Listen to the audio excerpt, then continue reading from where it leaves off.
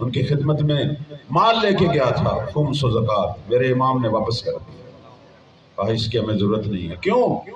فرمایا کہ یہ جس ذمہ دار نے زکوٰۃ نکالی ہے ابھی تک اس نے اپنے مزاروں کا پورا حق انہیں ادا نہیں کیا، یہ مال اس پر بھی حرام ہے، اور اس کو اگر کسی مسجد پہ کسی دینی کام پہ لگاؤ گے پھر بھی حرام۔ میرے عزیزو، یہ چھوٹے چھوٹے مسئلے ہیں لیکن ہماری زندگی کے بڑے سنگین مسئلے ہیں۔ آپ کو پتہ ہے سید الشہداء کو مارنے کے لیے یہ جو سامنے جمع تھے یہ کون تھے؟ یہ لشکر اشقیاء، یہ لشکر یزید کون تھا؟ آیا اہل نماز نہیں تھے؟ اہل نماز تھے، اہل صوم تھے، اہل حج تھے، سب کچھ تھا، سب کچھ تھا، لیکن کیا ہوا؟ کیوں اندھے ہو گئے؟ اپنے ہی نبی کے نواسے کو مارنے کے لیے جمع ہو گئے، کیوں اندھے ہو گئے؟ آخر انسان سوچتا ہے اتنی بڑی تعداد جس نبی کا کلمہ پڑھتی ہے اسی کی اولاد کو ذبح کرنے کے لیے آ گئی ہے۔ حالانکہ میرے مولا نے حجت تمام کی سید الشہداء نے، فرمایا پروردگارا یہ میرے سامنے جو قوم ہے ان کو پتہ ہے کہ روئے زمین پر میرے علاوہ کوئی بھی فرزند رسول نہیں، میرے علاوہ کوئی بھی فرزند رسول نہیں ہے، اس کے باوجود یہ مجھے مارنے کے لیے آئے ہوئے، اس کے باوجود۔ پھر میرے مولا نے اس کا خود ہی جواب دیا، وہ میں آپ کو سنانا چاہتا ہوں۔ فرمایا ان کا کیا قصور؟ ان کے پیٹ جو ہے وہ حرام سے بھرے ہوئے، ملئت بطون من الحرام۔ ابن زیاد کے حرام سکوں نے ان کے شکم کو اس طرح بھرا ہے کہ اب ان کو دین ہی نظر نہیں آتا۔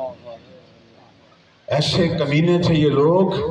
مولا حسین تیر کی بارشوں میں نماز پڑھ رہے ہیں، تیر برسا رہے ہیں نمازی پر، یہ جو نمازیوں پہ حملے کرتے ہیں یہ انہی کی نسل ہے۔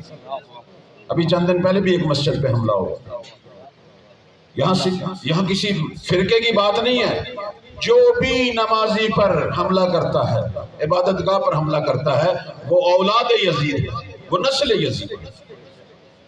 سید الشہداء نے نماز شروع کی، انہوں نے تیر برسانے شروع کر دیے، اور آگے سے کیا کہتے ہیں؟ حسین تیری بھلا کوئی نماز ہونی ہے، تیری بھلا نماز قبول ہونی ہے، جو سید شباب اہل جنہ ہے، جو جنت کے جوانوں کا سردار ہے، اسے کہہ رہے ہیں تیری نماز قبول۔ اللہ، کس نے اندھا کیا؟